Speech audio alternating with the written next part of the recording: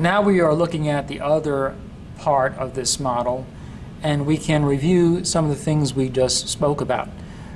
First of all, right over here you have the gray matter. It is shown in relief in this section. Notice that it has this butterfly shape. Here we have the posterior horns on either side.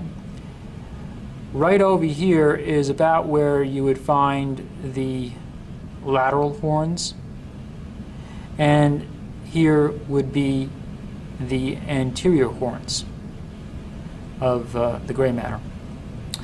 The white columns are in between.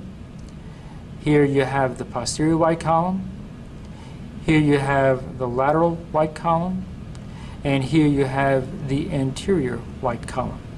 Right over here, this would be your fasciculus gracilis, and right over here is your fasciculus cuneatus.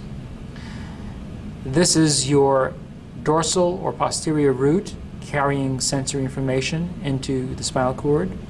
Here is your anterior root carrying motor commands along motor neurons, and the posterior and ventral roots will join with one another to form the spinal nerve, which you see right over here. Here's another view of this model, and on this side you can see the dorsal root and the ventral root joining to form the spinal nerve.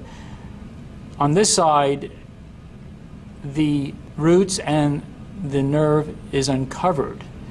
We'll see on the other side that the dura mater is going to continue on to the surfaces of the roots and onto the nerve to form the epineurium. Here is a look at the other side. Here is your dorsal root, and here is your ventral root, and here is your spinal nerve. We know that this is the dorsal root because of the presence of the dorsal root ganglion, this swelling right over here. This illustrates how the dura mater is continuing onto the roots and onto the spinal nerve as the epineurium.